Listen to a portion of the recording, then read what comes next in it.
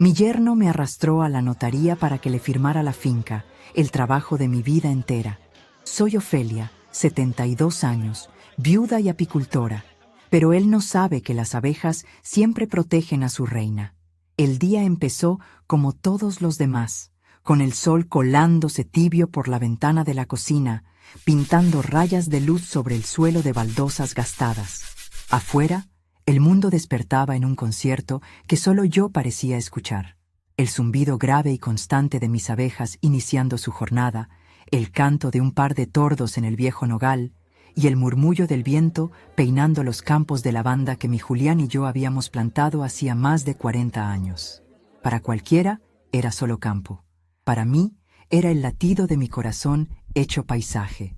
Me preparé un café negro, amargo como a veces se pone el alma, y me senté en el porche, en la mecedora de mimbre que Julián me había tejido con sus propias manos. Desde allí veía el apiario, decenas de cajas de madera pintadas de blanco y azul, perfectamente alineadas, cada una un universo de orden y trabajo incansable. Llevaba el luto de mi Julián por dentro, un vestido negro que nadie veía pero que pesaba cada día desde hacía 5 años. Él no era solo mi marido, era la otra mitad del alma que cuidaba de aquella tierra. Juntos habíamos levantado cada pared de esta casa, plantado cada árbol y cuidado de la primera colmena como si fuera nuestro primer hijo. Él solía decir, con su voz ronca y una sonrisa que le achinaba los ojos: «Ofelia, estas abejas nos enseñan todo. Cada una sabe su lugar.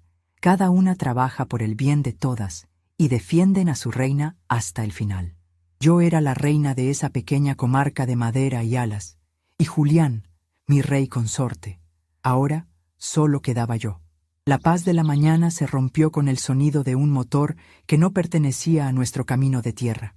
Un coche caro, de esos que brillan demasiado y parecen alérgicos al polvo, se acercaba levantando una nube rojiza. De él bajaron mi hija Carolina y su marido, Horacio. Carolina, con la mirada clavada en sus zapatos, como si el suelo tuviera algo más interesante que decir que su propia madre. Horacio, en cambio, bajó con una sonrisa que no le llegaba a los ojos. Una de esas sonrisas de vendedor que te ofrece el paraíso mientras te está midiendo el bolsillo. Llevaba un traje que gritaba «Ciudad» y unos zapatos que seguramente costaban más que mi cosecha de un mes entero. «Mamá Ofelia, qué sorpresa, ¿eh?», dijo, abriendo los brazos para un abrazo que esquivé con la excusa de tener las manos pegajosas de cera. No era mentira del todo. Siempre andaba con restos de mi oficio en la piel. «Carolina, Horacio, no los esperaba», respondí, con la voz más serena que pude encontrar. Mi hija apenas levantó la vista. «Queríamos ver cómo estabas, mamá», musitó ella, retorciéndose las manos. El nerviosismo le brotaba por los poros. Horacio tomó el control de la conversación, como siempre hacía. Se paseó por el porche, dándole golpecitos a las columnas de madera como si estuviera tasando la propiedad. «Un lugar precioso, Ofelia, realmente precioso. Pero mucho trabajo para una mujer de tu edad, ¿no crees? Tanta tierra, esos bichos que pican. Debes estar agotada». Ahí estaba, la misma cantinela de los últimos meses. Desde que Julián se fue, la preocupación de Horacio por mi bienestar había crecido de forma directamente proporcional a su interés por el valor del metro cuadrado en esta zona. Él no veía un campo de lavanda, veía un terreno urbanizable, no veía un apiario que producía una de las mejores mieles de la región, veía una molestia que había que limpiar para pasar una máquina excavadora. «El trabajo me mantiene viva, Horacio. Y no son bichos, son mi familia», contesté, mirando directamente a las colmenas. Él soltó una risita, como si yo hubiera contado un chiste tierno e ingenuo. «Claro, claro, el apego sentimental, lo entiendo, pero hay que ser prácticos. Carolina y yo hemos estado pensando mucho en ti, en tu futuro. Queremos que descanses, que disfrutes de tus años dorados. Hemos encontrado un lugar maravilloso, una residencia para mayores. Tiene jardín, actividades, enfermeras las 24 horas. La palabra residencia cayó en el aire de la mañana como una piedra en un estanque. Asilo. Querían meterme en un asilo. Mi hija, mi única hija, la niña que había correteado descalza por estos mismos campos, la que se comía la miel directamente del panal hasta que le dolía la barriga. Ahora estaba ahí, en silencio, permitiendo que su marido me desterrara de mi propia vida. Yo no necesito que nadie piense en mi futuro está aquí, dije, y mi voz, por primera vez, tembló un poco. Horacio suspiró, perdiendo la paciencia. La máscara de yerno preocupado se le estaba resbalando. Ofelia, por favor, seamos realistas. Esta finca es un activo que se está desperdiciando. Podríamos venderla, invertir el dinero, asegurar tu vejez y de paso el futuro de Leo. Leo, mi nieto. La única luz en todo este enredo. Siempre usaban a Leo. Para que Leo pueda ir a una buena universidad. Para que Leo tenga un piso cuando se case. Usaban el futuro de mi nieto para robarme mi pasado y mi presente. El futuro de Leo está asegurado si aprende a valorar el trabajo y la tierra, no si vive del dinero de un pelotazo inmobiliario, repliqué, levantándome de la mecedora. El cuerpo me dolía, sí, pero era un dolor conocido, un dolor de esfuerzo, no de rendición. Fue entonces cuando Horacio sacó un fajo de papeles del maletín que había dejado junto a la puerta. Mira, para facilitarte las cosas, ya hemos hablado con un notario. Es solo una firma, mamá Ofelia. Una simple firma para transferir la propiedad. Nosotros nos encargamos de todo. De la venta, de tu ingreso en la residencia. Tú solo tienes que firmar y empezar a descansar. Me extendió los papeles. Los miré sin tocarlos. Vi la mirada suplicante de Carolina. Una mirada que pedía que no hiciera olas, que me rindiera, que le hiciera la vida más fácil a ella. Y en esa mirada vi la profundidad de mi soledad. No era viuda solo de marido, era huérfana de hija. Durante semanas, la presión había sido constante. Llamadas a todas horas. Visitas sorpresa en las que Horacio me hablaba de los peligros de vivir sola, de las caídas, de que un día me pasaría algo y nadie se enteraría. Carolina lloraba por teléfono, diciéndome que no dormía pensando en mí, que todo lo hacían por mi bien. Era una tortura lenta, un goteo de veneno emocional diseñado para romper mi voluntad. Y yo, en mis silencios, en mis largas noches, empecé a urdir mi propio plan. Porque si algo me enseñaron mis abejas, es que la colmena puede parecer vulnerable, pero tiene defensas que el oso, en su soberbia, no siempre ve venir. Está bien, dije finalmente, y la sorpresa en sus caras fue casi cómica. Horacio parpadeó, incrédulo. Carolina dejó escapar un suspiro de alivio. ¿Cuándo hay que ir? Hoy mismo. El notario nos ha hecho un hueco. A las 12, dijo Horacio, recuperando su sonrisa triunfal. Vístete con algo cómodo, mamá Ofelia. Hoy es el primer día de tu nueva vida. Mientras me cambiaba en mi cuarto, con las manos temblorosas, pero el corazón extrañamente en calma, mis ojos se posaron sobre el viejo ahumador de cobre con mango de olivo que Julián me había fabricado. Estaba sobre la cómoda, junto a una foto nuestra del día de la boda. Su superficie abollada y ennegrecida por el uso contaba la historia de miles de días de trabajo bajo el sol. El mango, de una rama del olivo más antiguo de la finca, estaba pulido y suave por el roce de nuestras manos. Lo cogí. Pesaba. Contenía décadas de humo, de esfuerzo, de amor. Lo dejé donde estaba. No necesitaba llevarlo conmigo. Lo tenía grabado en la memoria y en el alma. El viaje en coche a la ciudad fue un suplicio silencioso. Yo miraba por la ventana cómo los campos familiares daban paso a polígonos industriales y luego a edificios grises. Horacio tarareaba una melodía de victoria, tamborileando los dedos en el volante. Carolina miraba su teléfono, escapando de la realidad. Yo, por mi parte, repasaba mentalmente cada conversación con el señor Mateo, el viejo abogado de Julián, un hombre que, a diferencia de otros, sí sabía leer la letra pequeña de la vida. La notaría era un lugar frío, impersonal, con olor a papel viejo y a ambición. Paredes de color crema, muebles oscuros y un silencio que solo se rompía por el murmullo de una impresora. El notario, un hombre con cara de perpetuo aburrimiento, nos hizo pasar a su despacho.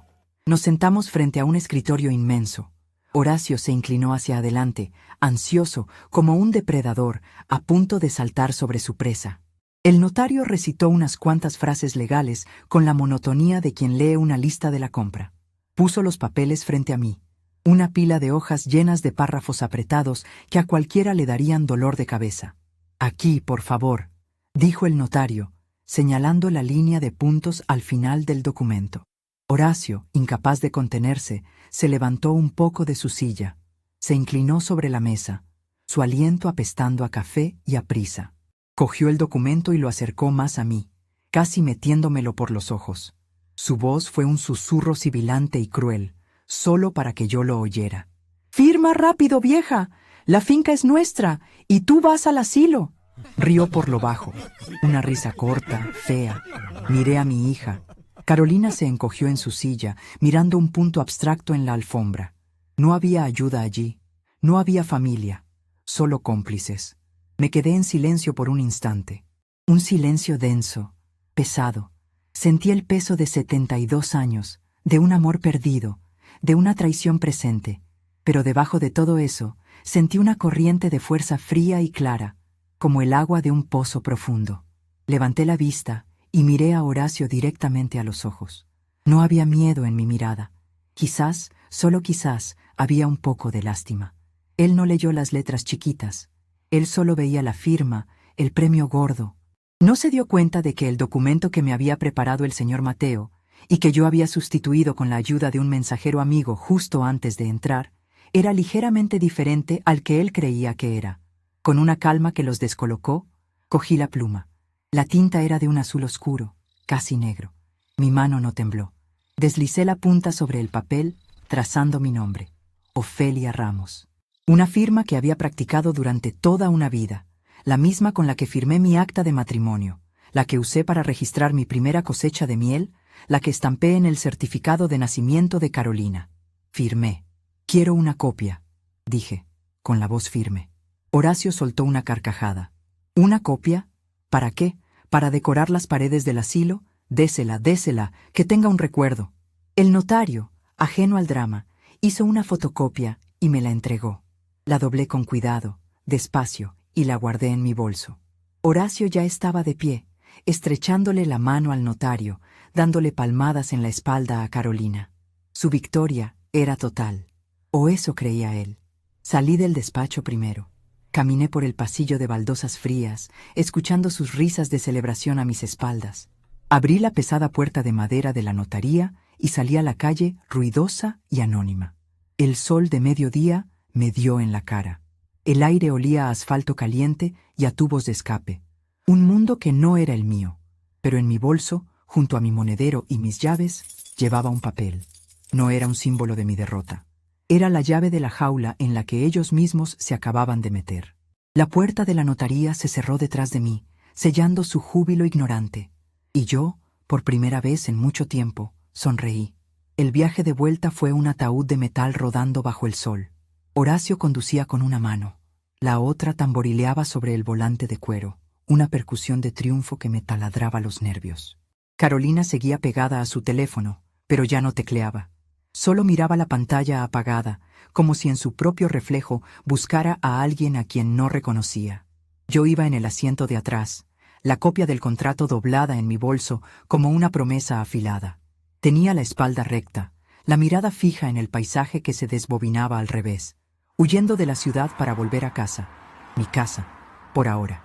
Horacio rompió el silencio para hablar por el manos libres del coche. La voz de un hombre al otro lado, untuosa y llena de cifras, inundó el habitáculo. «Ramírez, ¿cómo estás, campeón? Te llamo con noticias frescas, recién salidas del horno. Lo tenemos. El terreno está limpio. 120 hectáreas de primera. Sí, la vieja cooperó. Más fácil de lo que pensaba. Sentí la bilis subirme por la garganta. Terreno limpio.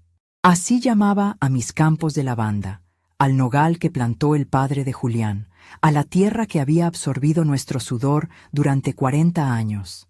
Así llamaba a mi vida.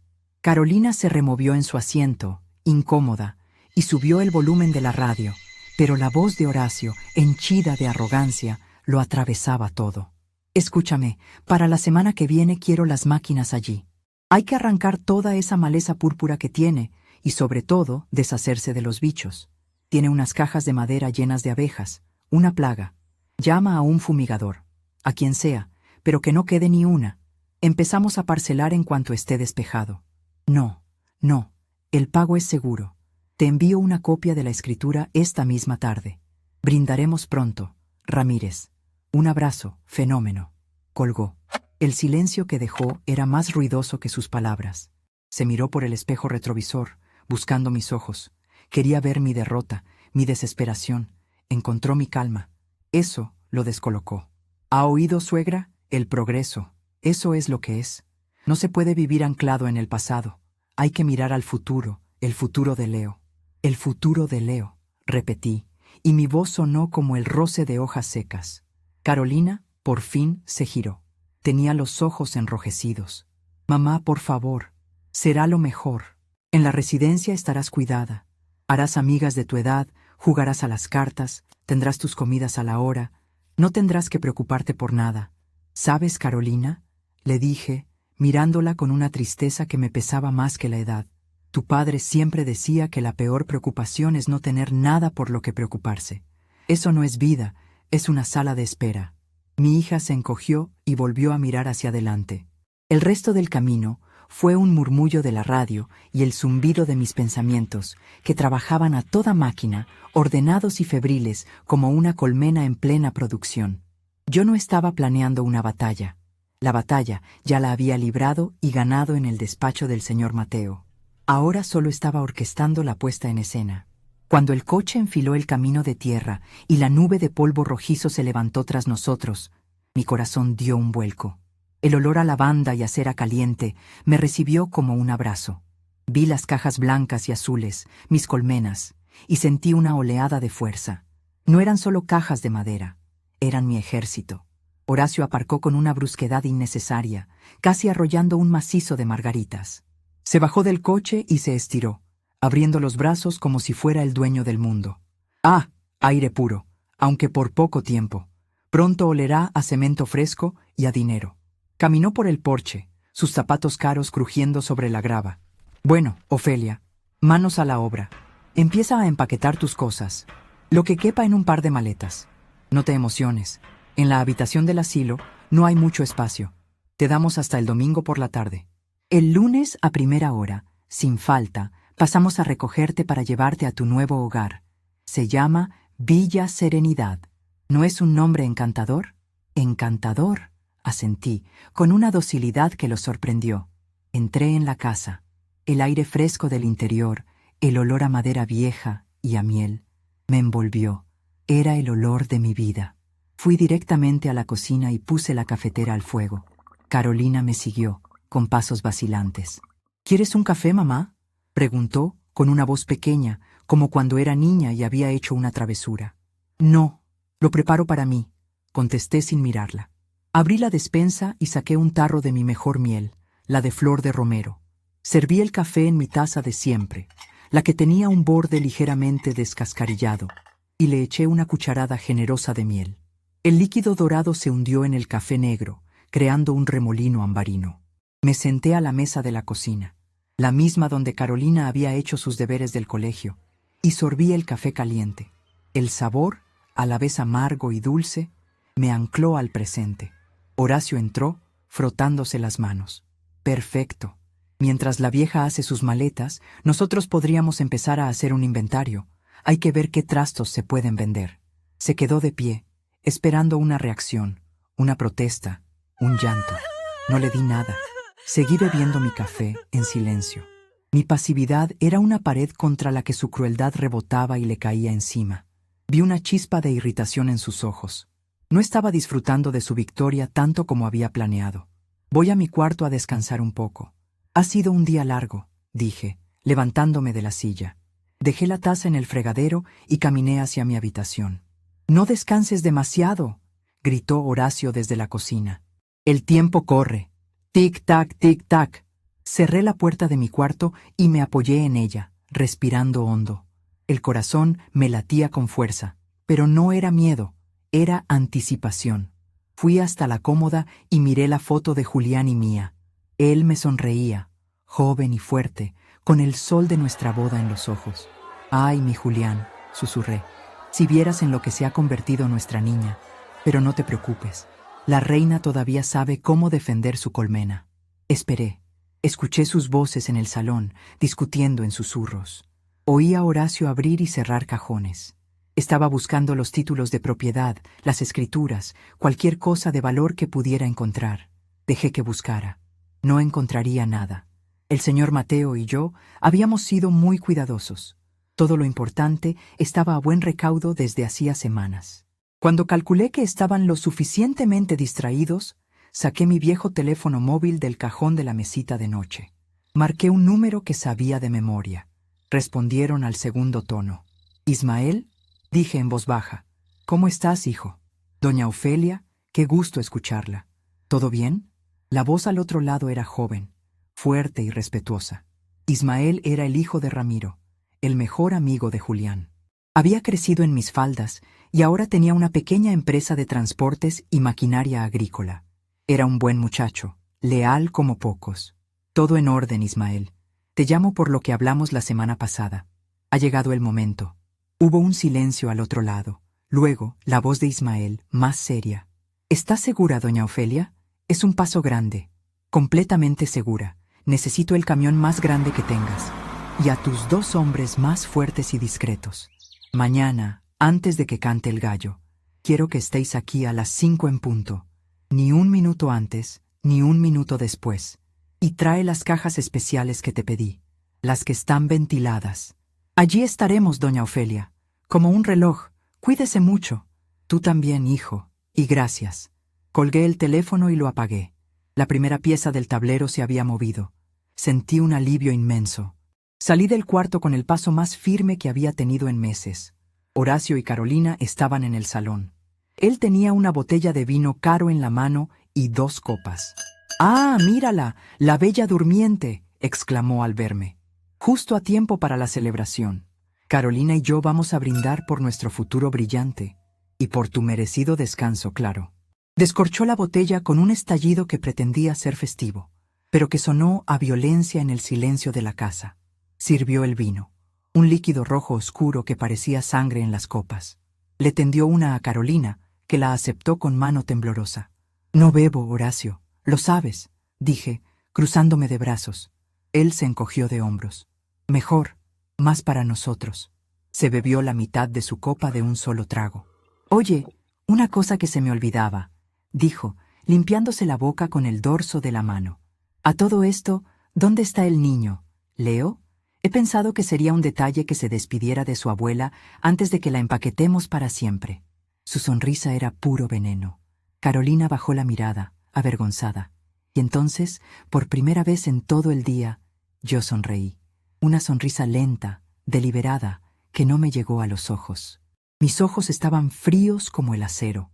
«Leo no está», dije, saboreando cada palabra. Horacio frunció el ceño. «¿Cómo que no está? ¿Dónde se ha metido?». Le dije a Carolina que lo trajera. «Leo está de viaje», continué, mi voz tan tranquila como el zumbido de una abeja reina en el corazón de su colmena. La copa de Horacio se detuvo a medio camino de su boca. «¿De viaje? ¿Qué viaje? ¿A dónde se puede ir un mocoso de 16 años sin nuestro permiso? Se ha ido al norte, a un campamento de verano, uno muy especial, de apicultura intensiva. Dura 2 meses. Quería que aprendiera el oficio de la familia, el de verdad, el que se aprende con las manos, no robando con una pluma». El golpe dio en el blanco. La cara de Horacio pasó del desconcierto a la furia en un segundo.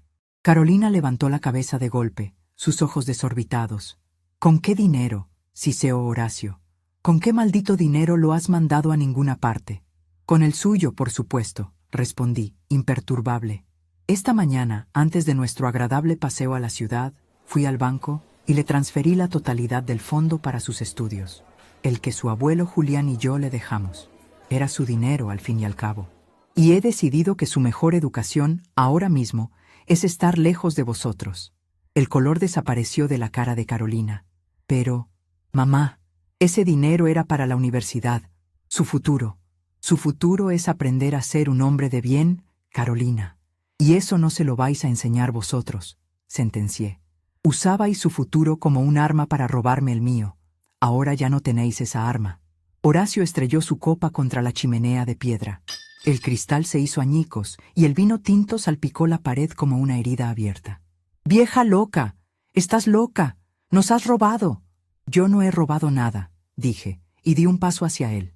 Por primera vez, fue él quien retrocedió. Solo he protegido a mi nieto, y he protegido mi casa. «¡Tu casa ya no es tu casa!», gritó, con la voz rota por la rabia. «Es mía, nuestra. Has firmado, lo has perdido todo». Me detuve frente a él. Lo miré fijamente, a los ojos. Vi su pánico, su codicia herida, y sentí una pena helada por él. Era un hombre pobre, inmensamente pobre. Solo tenía dinero. «Tienes razón, Horacio», dije en voz baja, pero cada palabra resonó en la habitación. «He firmado, y la finca ahora es tuya, o al menos eso es lo que tú crees. La responsabilidad es tuya, toda tuya». Hice una pausa, dejando que mis palabras se asentaran. «Por cierto, las abejas son muy madrugadoras. Se despiertan con el alba y necesitan su primera inspección. Mañana por la mañana, bien temprano, te recomiendo que te pongas un traje de apicultor. Las colmenas del fondo, las que dan al arroyo, están un poco agresivas últimamente. Y cuando tienen hambre, no distinguen entre un dueño y un ladrón».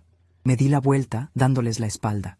Caminé lentamente hacia mi habitación, escuchando el silencio atronador que había dejado tras de mí. No me volví para ver sus caras, pero podía imaginar su expresión, la de dos depredadores que acaban de darse cuenta de que la trampa no era para la presa, sino para ellos. La celebración había terminado, y la fiesta, mi fiesta, no había hecho más que empezar. La puerta de mi cuarto se cerró con un suave clic, un sonido casi imperceptible que, sin embargo, partió la noche en dos. De un lado, en el salón, quedaba el eco del cristal roto y la furia impotente de un hombre que había empezado a celebrar demasiado pronto. Del otro lado, en la penumbra de mi habitación, estaba yo, y un silencio que no era de derrota, sino de concentración. No me acosté. Sabía que no podría dormir. En lugar de eso, me senté en la vieja butaca de orejas que daba a la ventana, la que Julián siempre usaba para leer el periódico por las tardes. La luna, casi llena, bañaba el campo con una luz blanca y fantasmal, y las siluetas de las colmenas se recortaban contra la tierra como centinelas dormidos. Desde el salón llegaban murmullos airados, frases rotas por el rencor. La voz de Horacio era un trueno bajo, la de Carolina un lamento agudo. Discutían. Él la culpaba a ella por no haberme controlado, por haber criado a un hijo que se dejaba manipular por una vieja senil. Ella lloriqueaba, le reprochaba su crueldad, su prisa, su codicia evidente que había arruinado cualquier posibilidad de que yo cediera por las buenas.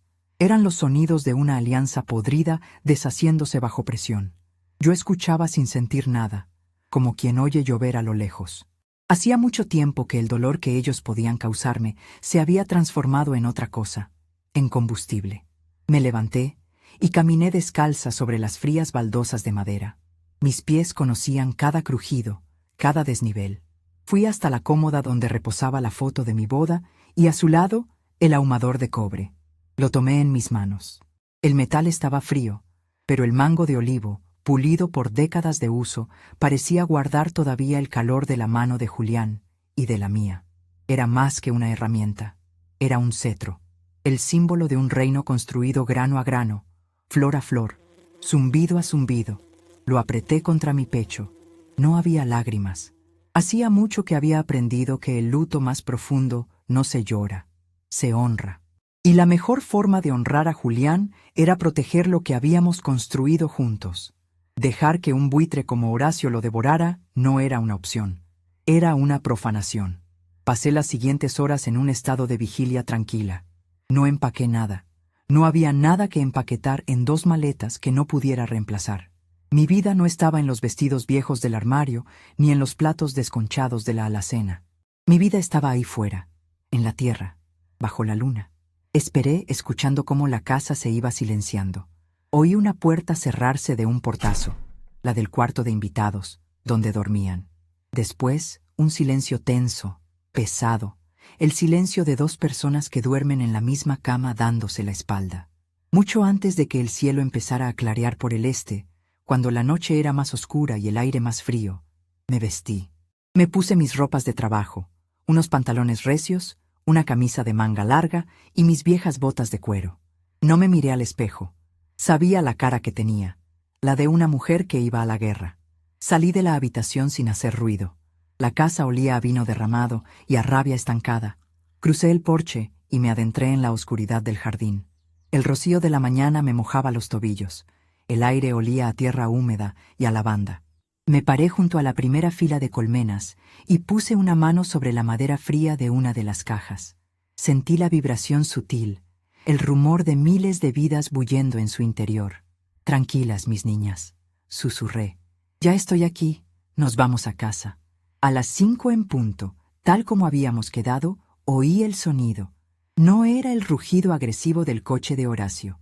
Era un ronroneo grave, potente, el motor diésel de un camión grande avanzando despacio por el camino de tierra. Las luces delanteras barrieron la fachada de la casa. 2 ojos amarillos en la oscuridad. El camión se detuvo junto al apiario.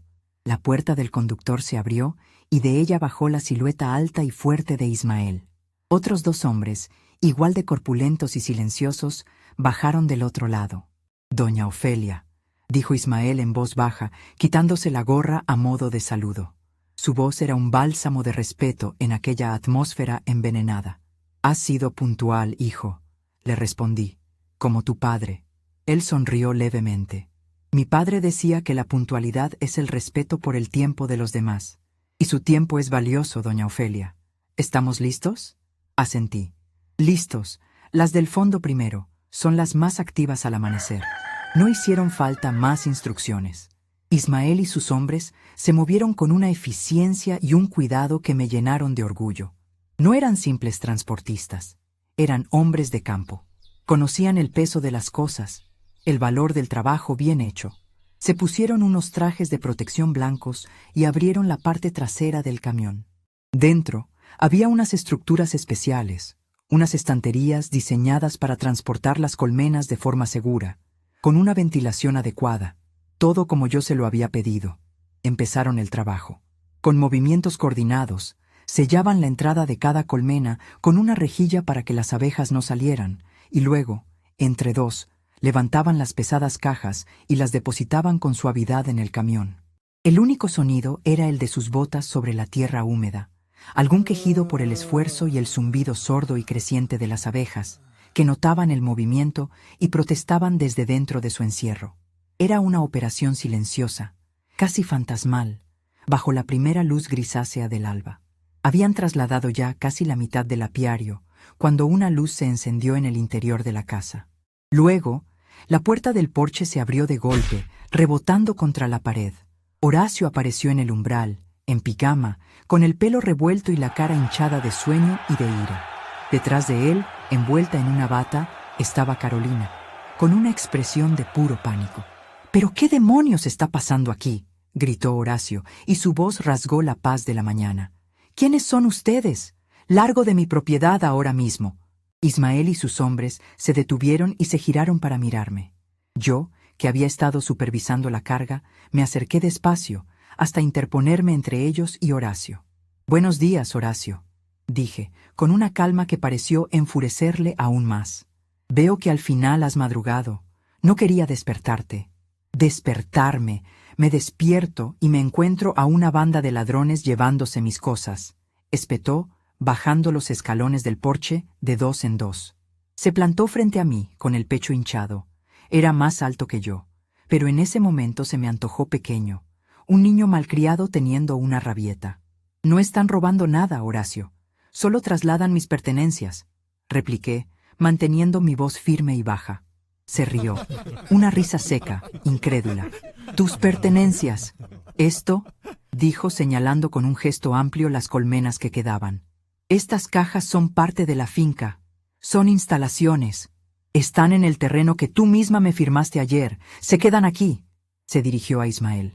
«Y ustedes, bajen eso del camión ahora mismo, o juro que llamo a la Guardia Civil y los denuncio por robo».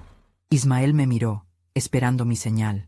Le hice un gesto casi imperceptible con la cabeza para que siguiera trabajando. El otro hombre y él cogieron otra colmena y la subieron al camión. La cara de Horacio se congestionó. «¿No me han oído? Es mi propiedad». Fue entonces cuando di un paso hacia él. «Ahí es donde te equivocas, Horacio. Y es un error que te va a costar caro». Lo miré a los ojos, y por primera vez vi una fisura en su arrogancia, un atisbo de duda. Las abejas no son una instalación, no son un árbol, ni un pozo, ni un granero. Las abejas son ganado. Él parpadeó. ¿Ganado? Son insectos, son una plaga que pensaba fumigar la semana que viene. Pues habrías cometido un delito muy grave, le informé, saboreando el momento. Mis colmenas, cada una de ellas, están registradas con un código de explotación ganadera a mi nombre, Ofelia Ramos, en la Asociación de Apicultores de la región. Llevan 30 años registradas. Legalmente, son consideradas ganado semoviente, lo mismo que una vaca o una oveja. Son de mi propiedad personal, no de la tierra en la que pastan. No están, y nunca han estado, incluidas en la venta de la finca. Hice una pausa, para que lo asimilara. ¿O es que acaso tu contrato, el que me hiciste firmar con tanta prisa, especificaba algo sobre la transferencia de 200 cabezas de ganado apícola? El silencio que siguió fue absoluto. Se oía el canto de un gallo a lo lejos, el zumbido de las abejas dentro del camión. La mandíbula de Horacio se movía, pero no salían palabras. Carolina, detrás de él, se llevó una mano a la boca, sus ojos abiertos como platos. Había entendido. Lo había entendido todo. Tú lo planeaste, balbuceó Horacio. Yo no he planeado nada. Mentí con toda la serenidad del mundo. Simplemente conozco mi oficio y conozco mis derechos, algo que tú, en tu soberbia, nunca te molestaste en averiguar. Para ti solo eran bichos, pero estos bichos, Horacio, son el alma de esta finca. Son lo que hace que la lavanda florezca, lo que produce la miel que me da de comer. Sin ellas, esto no es más que un trozo de tierra seca. Un erial muy caro. Se quedó mudo. Miraba el camión, casi lleno, y luego la finca vacía, y de nuevo a mí. La comprensión le golpeaba en oleadas. No solo le estaba quitando las abejas, le estaba quitando el corazón, la productividad, el valor real de lo que creía haber comprado. Una finca con un apiario de renombre era una joya. Una finca sin él era solo un problema a la espera de una recalificación urbanística que podía tardar años o no llegar nunca. Ismael y sus hombres cargaron la última colmena. Cerraron las puertas del camión con un golpe metálico que sonó a sentencia. «Ya está todo, doña Ofelia», me dijo Ismael acercándose. Asentí. Me di la vuelta y caminé hacia la casa, pasando junto a un Horacio petrificado. Carolina dio un paso hacia mí. «Mamá», suplicó. No me detuve. «Adiós, Carolina», dije sin mirarla. Entré en mi cuarto, cogí el bolso donde guardaba la copia del contrato y el viejo ahumador de cobre. Nada más. Salí de la casa por última vez. Cuando llegué junto al camión, Ismael me abrió la puerta del copiloto. Antes de subir, me giré y miré a la pareja que se había quedado de pie en medio de su recién adquirida propiedad. Horacio tenía el papel que había firmado en la notaría arrugado en un puño. Su cara era una máscara de odio y derrota. Carolina lloraba en silencio. «Es curioso, Horacio», le dije, y mi voz llegó clara en el aire de la mañana. «Ayer me dijiste que empezaba a descansar, y tenías razón, hoy empiezo. Tú, en cambio, a ti se te ha acabado el descanso, porque acabas de comprar una finca enorme que paga unos impuestos altísimos y que ya no produce ni un solo céntimo. Buena suerte con eso». Subí al camión. Ismael cerró la puerta, rodeó el vehículo y se sentó al volante. Arrancó el motor. El camión se puso en marcha, lento al principio, y empezó a alejarse por el camino de tierra, dejando atrás la casa, la tierra y a las 2 personas que habían intentado borrarme. No miré atrás. Miré hacia adelante, por el parabrisas, hacia el sol que empezaba a despuntar en el horizonte, tiñendo el cielo de naranja y violeta. A mi lado, en el asiento, el ahumador de cobre de Julián reflejó el primer rayo de sol del día, y en la parte de atrás del camión sentí la vibración de mi familia, de mi ejército, de mi futuro, viajando conmigo.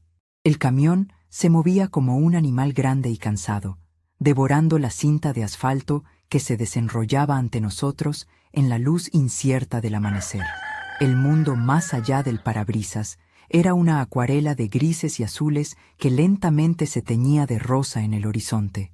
A mi lado, Ismael conducía en silencio, un silencio de respeto, de hombre que sabe que hay momentos en que las palabras sobran.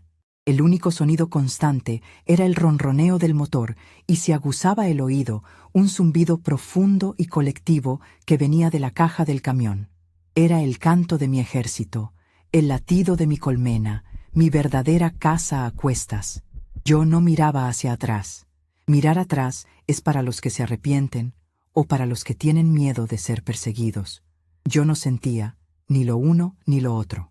Sentía el peso del ahumador de cobre en mi regazo, frío al tacto, y una calma extraña, la calma que sigue a la tormenta, cuando el aire está limpio y se puede volver a respirar. El viaje duró casi 2 horas.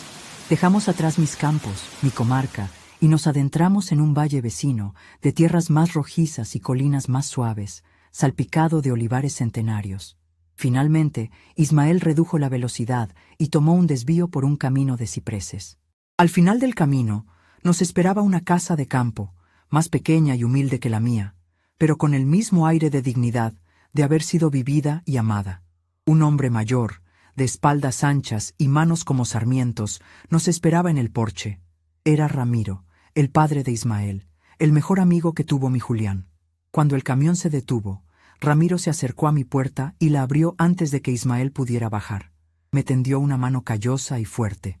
«Bienvenida a tu casa, Ofelia», dijo, y en su voz escuché el eco de 40 años de amistad. «Gracias por acogernos, Ramiro. A mí y a mis niñas», respondí, mientras bajaba con su ayuda. El cansancio de la noche y de las últimas semanas me golpeó de pronto, y mis rodillas flaquearon. Él me sujetó con firmeza. «Aquí siempre habrá un sitio para ti y para las abejas de Julián», afirmó, mirando la caja del camión con reverencia. «Busquemos un buen lugar para ellas. El viento aquí sopla del norte.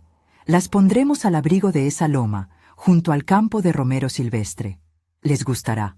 Las siguientes horas fueron un ballet de trabajo duro y silencioso. Ismael y sus hombres, ahora con la ayuda de Ramiro, descargaron las colmenas una por una y las fueron colocando en el lugar que Ramiro había indicado. Era un sitio perfecto, protegido del viento y con el sol de la mañana dándoles de lleno. Yo, aunque mis fuerzas no me daban para levantar peso, dirigía la operación con la precisión de siempre. Esa un poco más a la derecha, que no le dé la sombra del olivo por la tarde. Cuidado con la número 12, la reina es nueva y la colonia está nerviosa. Ellos obedecían sin cuestionar, reconociendo una autoridad que no venía de los gritos, sino del conocimiento. Cuando la última colmena estuvo en su sitio, uno de los hombres de Ismael me trajo una silla de anea del porche. Me senté, exhausta pero con el corazón lleno. Observé cómo, uno a uno, abrían las rejillas de las piqueras. Las abejas, desorientadas al principio, salieron en un torbellino zumbador. Volaron en círculos, reconociendo el nuevo cielo, el nuevo sol, los nuevos olores. Y luego, como si una orden invisible las hubiera guiado, se lanzaron hacia el campo de romero, una nube dorada y vibrante que se disolvía en el paisaje. Habían encontrado su nuevo hogar. Ramiro se sentó en cuclillas a mi lado. «Tienen buen instinto», comentó, viendo la escena. «Como su dueña». Me quedé con él y su familia durante los siguientes días. Su mujer, Elena, me cuidó como a una hermana, trayéndome caldos calientes y dejándome descansar. Nadie me hizo preguntas. Entendían que había heridas que necesitaban silencio para sanar. Yo pasaba la mayor parte del tiempo con mis abejas, asegurándome de que se adaptaban, de que no les faltaba nada. El trabajo, como siempre, era mi mejor medicina. El zumbido constante de la colmena era el único idioma que necesitaba escuchar. Pero sabía que la paz no podía durar. Sabía que Horacio no era hombre de aceptar una derrota. La llamada llegó al 4.º día. Era un número desconocido en el viejo teléfono móvil que Ismael me había ayudado a reactivar. Dudé, pero contesté. «¿Ofelia Ramos?», dijo una voz de hombre, untuosa y con un deje de impaciencia. No era Horacio. «Soy yo», respondí. «Le llamo del bufete de abogados Garmendia y Asociados. Represento al señor Horacio Fuentes. Mi cliente me informa de una situación irregular concerniente a la propiedad que acaba de adquirir. Me gustaría concertar una reunión con usted para aclarar ciertos puntos. Mi cliente alega que usted ha sustraído de la finca unos bienes que le pertenecen. La palabra sustraído me revolvió el estómago. Ladrón, llamando ladrón. No tengo nada que aclarar con usted ni con su cliente, dije con toda la calma que pude reunir. Si el señor Fuentes tiene alguna queja, que la ponga por escrito. Señora Ramos, le aconsejo que coopere. Podríamos estar hablando de una demanda por daños y perjuicios, además de un posible cargo penal por apropiación indebida. Mi cliente está dispuesto a llegar a un acuerdo si usted devuelve las colmenas de inmediato. Solté una risa seca. Dígale a su cliente que no me amenace. Y dígale también que se lea bien el contrato que firmó. Todo lo que necesita saber está ahí. No volveré a atender sus llamadas. Colgué. Me temblaban las manos, pero no de miedo, sino de rabia. La audacia, la maldita audacia de ese hombre. Sabía que esto era solo el principio. Horacio no había entendido la lección.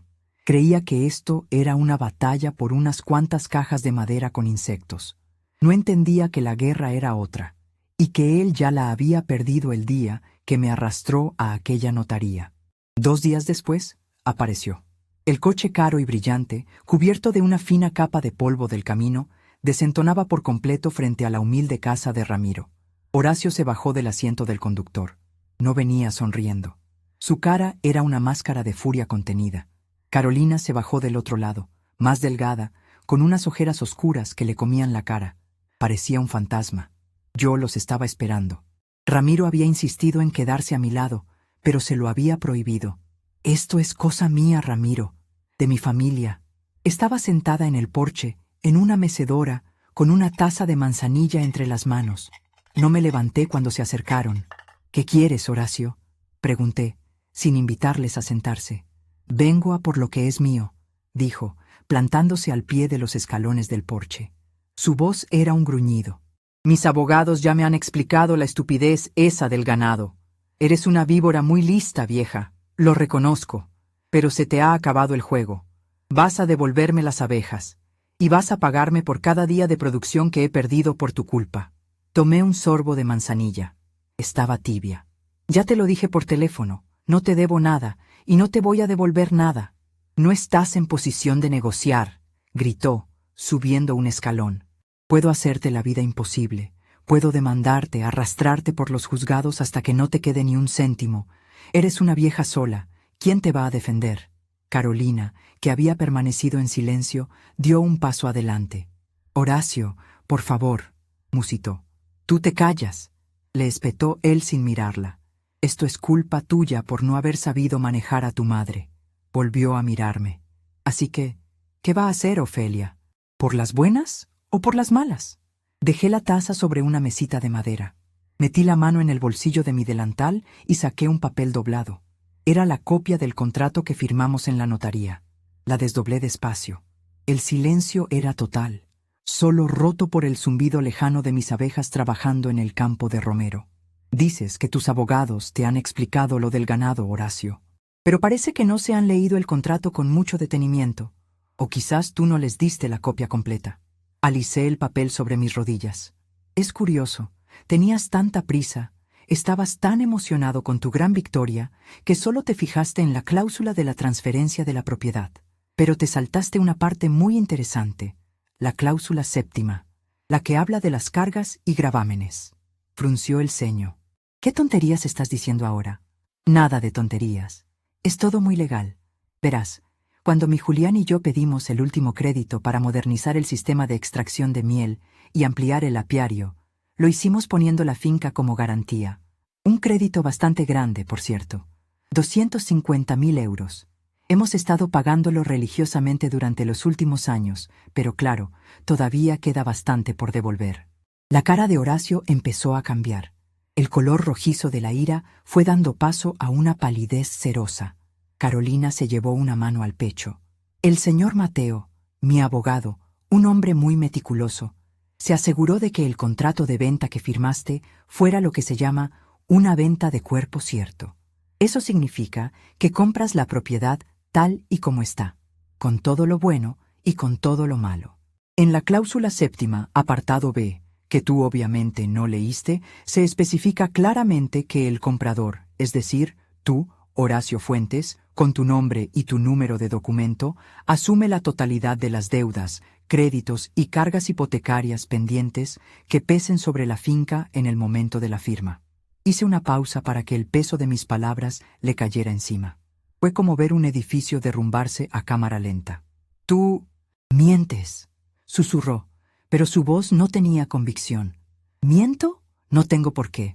El banco no miente, Horacio. Y esta mañana han recibido una notificación del notario, junto con una copia de tu firma, informándoles del cambio de titular de la deuda. La primera cuota a tu nombre te llegará el mes que viene. Son casi 1.500 euros. Y dado que has decidido prescindir de la única fuente de ingresos que tenía la finca para pagar ese crédito, pues te deseo mucha suerte. A lo mejor puedes pagar vendiendo la lavanda como ambientador para coches. Se quedó sin aire, literalmente. Abrió la boca para decir algo, pero solo salió un sonido ahogado. Miró a Carolina, buscando ayuda, una negación, algo. Pero ella lo miraba a él con una expresión de horror absoluto. Me dijiste que lo habías revisado todo, le dijo ella en un hilo de voz. Me juraste que no había trampas. Era una finca limpia, tenía que estar limpia, balbuceó él, mirándome a mí. Estaba limpia de todo lo que te importaba. Permisos, licencias. Nunca se te ocurrió preguntar por las deudas, porque la gente como tú solo piensa en el beneficio, nunca en la responsabilidad. Dabas por hecho que yo era una vieja ignorante y pobre, pero no soy tan pobre como crees. El dinero que me diste por la venta, esa cantidad ridícula que pensaste que era el negocio de tu vida, casualmente, cubre casi exactamente lo que quedaba de la hipoteca. Pero yo no tengo por qué usarlo para eso, porque la deuda, querido yerno, ahora es tuya. Me levanté de la mecedora. Por primera vez en muchos días, no sentí el peso de mis 72 años. Me sentí ligera, me sentí libre. Compraste una tierra sin alma, Horacio. Una cáscara vacía. Y ahora tienes una deuda enorme que pagar por ella. La finca es tuya, sí. Disfrútala. Paga sus impuestos. Paga su hipoteca. Intenta convencer a algún constructor para que te la compre, ahora que se sabe que el dueño anterior se ha llevado el negocio a otra parte. A ver qué te ofrecen por un secarral con una deuda de 250.000. Di un paso hacia la puerta de la casa. Carolina rompió a llorar, un llanto desgarrador, el llanto de alguien que se da cuenta de que ha apostado todo al caballo perdedor y lo ha perdido todo. Horacio se dejó caer sobre los escalones, con la cabeza entre las manos, derrotado, aniquilado, no por un abogado astuto, ni por un juez, aniquilado por las letras pequeñas que su propia soberbia le impidió leer. Me detuve en el umbral y los miré por última vez. Dos extraños sentados en la ruina de su propia codicia. Hay una frase que tu abuelo solía decir, Carolina, dije, y mi voz fue sorprendentemente suave. Decía que la miel es dulce, pero que las abejas también pican. Es una lección que se aprende tarde. Ojalá tú la aprendas a tiempo. Entré en la casa de Ramiro y cerré la puerta. No la cerré de un portazo. La cerré con suavidad, dejando fuera el sonido de su mundo derrumbándose. Me apoyé en la madera y por primera vez en mucho, mucho tiempo, me permití sentir el alivio. La reina había defendido su colmena, y el oso, finalmente, había caído en la trampa.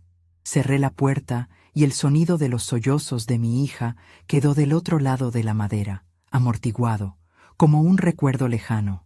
Me apoyé en ella, sintiendo el grano viejo y familiar bajo la palma de mi mano. Por un instante, el mundo entero se redujo a ese pequeño espacio, a esa casa que olía a pan recién hecho y a leña de olivo. El estruendo de un motor arrancando con furia me llegó desde fuera, seguido por el chirrido de los neumáticos sobre la grava. Se iban. El coche se alejó, su sonido menguando hasta ser devorado por el silencio del campo. Un silencio que ahora me parecía inmenso, casi sagrado. El aire que llenó mis pulmones ya no pesaba. Era limpio. Elena, la mujer de Ramiro, apareció desde la cocina, secándose las manos en el delantal.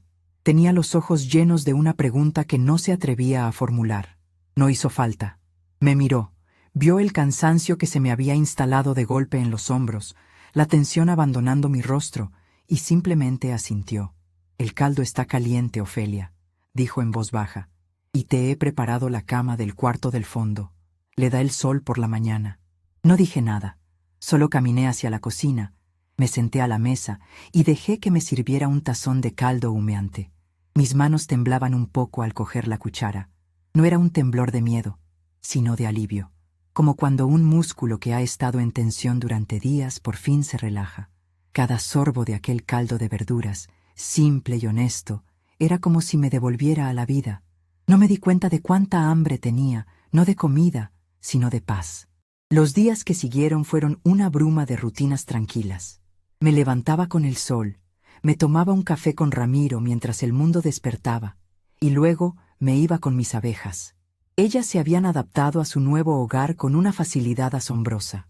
El romero silvestre era un banquete para ellas, y la miel que empezaban a producir tenía un color ámbar oscuro y un aroma intenso y salvaje. El trabajo me devolvió la fuerza a los brazos y la claridad a la mente. Limpiaba los cuadros, revisaba la salud de las reinas, me aseguraba de que tuvieran agua fresca. Mis manos, agrietadas y manchadas de propóleo, volvían a ser las manos de una apicultora, no las de una mujer acorralada. Una tarde, un par de semanas después de mi llegada, Ismael vino a verme. Se sentó conmigo en el porche, mientras yo remendaba uno de mis velos de apicultor. Traía un periódico local y una bolsa de naranjas. «He pasado por el viejo camino, doña Ofelia», dijo, sin mirarme directamente, como si no quisiera ser el portador de malas noticias, aunque ambos sabíamos que no lo eran. De camino a una entrega. «¿Y?», pregunté, enhebrando la aguja. «La finca está rara. Se ve abandonada. La lavanda empieza a estar ahogada por las malas hierbas. Nadie la ha segado». Hizo una pausa. «Y hay un cartel en la puerta, uno grande, de esos de plástico que se clavan en la tierra». Levanté la vista. «¿Un cartel de ¿se vende?». Ismael negó con la cabeza. «Peor, es un cartel del banco, un aviso de ejecución hipotecaria. Parece que no han pagado ni la primera cuota. El banco les ha dado un plazo, y si no pagan, la sacarán a subasta». Asentí despacio y volví a mi costura. La justicia, a veces, no es un trueno ruidoso, sino un silencio que crece, como la mala hierba en un campo descuidado. No sentí alegría, ni siquiera satisfacción. Sentí una profunda y helada indiferencia. Horacio había querido la tierra, la cáscara, pues ahí la tenía. Una cáscara que se pudría al sol. La verdadera vuelta a la vida llegó 2 meses después, un día caluroso de finales de verano. Un autobús destartalado se detuvo al final del camino de cipreses, y de él bajó un muchacho alto y delgado, con la piel tostada por el sol y una mochila al hombro. Era Leo, mi nieto. Corrí a su encuentro, o más bien caminé rápido, que es la forma que tiene de correr una mujer de 72 años. Cuando me vio, su cara se iluminó. Tiró la mochila al suelo y corrió hacia mí. Me abrazó con una fuerza que casi me deja sin aire, y por primera vez en mucho tiempo me permití llorar. Eran lágrimas calientes, de pura felicidad. «Abuela», dijo, con la voz un poco más grave, un poco más de hombre, «te he echado tanto de menos. Y yo a ti, mi niño, y yo a ti». Me aparté para mirarlo. Había crecido, no solo en altura. Tenía una seguridad en la mirada que no le conocía. Las manos, que yo recordaba lisas y finas, ahora estaban encallecidas. Olía a humo, a cera y a campo. «El campamento fue increíble, abuela», me contó esa tarde, mientras compartíamos un trozo de bizcocho que había hecho Elena. «Aprendí a dividir colmenas, a identificar enfermedades, a criar reinas. El señor Anselmo, el instructor, dice que tengo buenas manos para esto, dice que tengo paciencia de apicultor». Me sonrió, y en su sonrisa vi a mi Julián. «¿Y tus padres?», pregunté con cuidado. Su sonrisa se desvaneció un poco. Los llamé un par de veces. Mamá solo lloraba y no decía nada, y «papá», gritó. Me dijo que era un traidor, que le había arruinado la vida, que no volviera a llamar. No he vuelto a hacerlo. Miró sus manos. «No quiero volver con ellos, abuela. Quiero quedarme aquí, contigo y con las abejas». Aquellas palabras fueron el bálsamo definitivo para todas mis heridas. El futuro que Horacio había intentado usar como arma para destruirme, ahora estaba sentado a mi lado, eligiéndome, eligiendo mi mundo, el mundo del trabajo y la tierra. Algunos creen que la herencia es lo que se deja en un testamento. La verdadera herencia es lo que se enseña con las manos. Han pasado 2 años desde aquel día. 2 años que han sido como una vida entera. Leo y yo no nos quedamos para siempre en casa de Ramiro, aunque nuestra gratitud hacia ellos será eterna. Con el dinero que Horacio me había pagado por la finca, esa cantidad que él consideró una ganga, compré una pequeña parcela a unos kilómetros de allí. Era más pequeña, sí, pero tenía un buen arroyo y laderas llenas de tomillo y flores silvestres. Con la ayuda de Ismael y de Leo, construimos una pequeña cabaña de madera y un taller para la miel. Y por supuesto, le dimos a nuestras abejas el mejor hogar que pudimos. Nuestro negocio se llama La Abeja Reina. Fue idea de Leo. Nuestro logo es una pequeña corona sobre una abeja. En cada tarro de miel, en la etiqueta, hay una frase: miel artesana, cosechada con respeto. Nos ha ido bien. La gente de la comarca valora lo auténtico. Vendemos en el mercado del pueblo los sábados y a varias tiendas de productos delicatessen de la ciudad. Leo se encarga de las redes sociales, algo que yo ni entiendo, y sube fotos de las abejas en las flores, de los panales rebosantes de miel. La gente responde. Quieren saber la historia detrás del producto. Y nuestra historia, aunque no la contemos entera, se saborea en cada cucharada. De Horacio y Carolina supe poco, y lo que supe fue a través de retazos, como ecos de un mundo que ya no era el mío. La finca fue a subasta. Nadie la quiso por el precio que pedía el banco, cargada de deudas como estaba. Finalmente, un fondo de inversión la compró por una miseria para especular con el terreno. Horacio, al parecer, se había metido en otros negocios arriesgados y lo había perdido todo. Su empresa de importación quebró. La llamada llegó una noche de otoño, hace unos 6 meses. Llovía a cántaros y el viento aullaba fuera de nuestra pequeña cabaña. Leo y yo estábamos junto a la estufa de leña, catalogando los cuadros para la invernada. El teléfono sonó. Era un número que no conocía. «Diga», contesté. «¿Mamá?» La voz era un susurro roto, casi irreconocible. Era Carolina. Me quedé en silencio, con el corazón en un puño. «Mamá, por favor, no cuelgues», suplicó. Se oía el ruido del tráfico de fondo. Estaba en la calle. Yo, lo siento. Mamá, lo siento tanto. Tenías razón. En todo. Su voz se quebró en un sollozo. Horacio y yo nos hemos separado. Lo perdí todo, mamá. La casa, el coche, todo. Estoy viviendo en un piso alquilado, uno muy pequeño. Horacio se fue. Me culpó de todo. Dijo que me había dejado engañar por una vieja loca. Escuché su dolor, el relato de su ruina, y esperé sentir algo. Triunfo. Venganza. Pero no sentí nada de eso. Solo un cansancio inmenso y una pena honda por la hija que había perdido. No esa noche, sino mucho antes. «¿Qué quieres, Carolina?», le pregunté, y mi voz sonó más dura de lo que pretendía. «Yo no lo sé. ¿Dinero? No, no te lo merezco. ¿Perdón? Tampoco. Solo quería que lo supieras. Que te di la espalda por un hombre que me abandonó en cuanto las cosas se pusieron feas. Que cambié mi hogar por un espejismo. Y ahora no tengo ni lo uno ni lo otro». Hizo una pausa. «¿Leo está bien?» «Leo está muy bien», respondí. «Es un buen hombre, fuerte y trabajador. Está construyendo su futuro, uno de verdad». Hubo un largo silencio al otro lado de la línea, solo roto por sus sollozos ahogados. «Me alegro», dijo finalmente. «Dale un beso de mi parte, y dile que su madre lo quiere, aunque sea una cobarde». «Se lo diré», prometí. «Adiós, mamá». «Adiós, Carolina». Colgué el teléfono. Leo me miraba desde el otro lado de la mesa, con los ojos llenos de preocupación. «Era tu madre», le dije. Él solo asintió. No preguntó más. Sabía leer en mi cara todo lo que no se decía con palabras. Esa noche, por primera vez, me di cuenta de que la justicia no siempre es dulce. A veces, tiene el sabor amargo de las cenizas. Y ahora estoy aquí. El sol de la tarde se filtra entre las hojas de los almendros, pintando manchas doradas sobre las colmenas. El aire huele a cera caliente y a tierra húmeda. A mi lado, Leo, que ya es más alto que yo, se pone con cuidado el traje de apicultor. Me sonríe. «¿Lista, abuela?» «Siempre», le respondo. Cojo mi viejo ahumador de cobre, el que me fabricó Julián. Su superficie, abollada y querida, brilla bajo el sol. Lo enciendo, y el humo aromático, el mismo de hace 40 años, empieza a serpentear hacia el cielo. Pero hoy no lo uso yo. Se lo tiendo a Leo. Te toca a ti, le digo. Él lo coge con una reverencia que me emociona. Sus manos jóvenes y fuertes envuelven el mango de olivo pulido por las mías y por las de su abuelo. Se acerca a la primera colmena y aplica el humo con suavidad, con la calma y el respeto que le he enseñado. Lo observo trabajar, moverse entre las colmenas como si hubiera nacido para ello, y entiendo que mi victoria no fue en la notaría ni en el porche de la casa de Ramiro.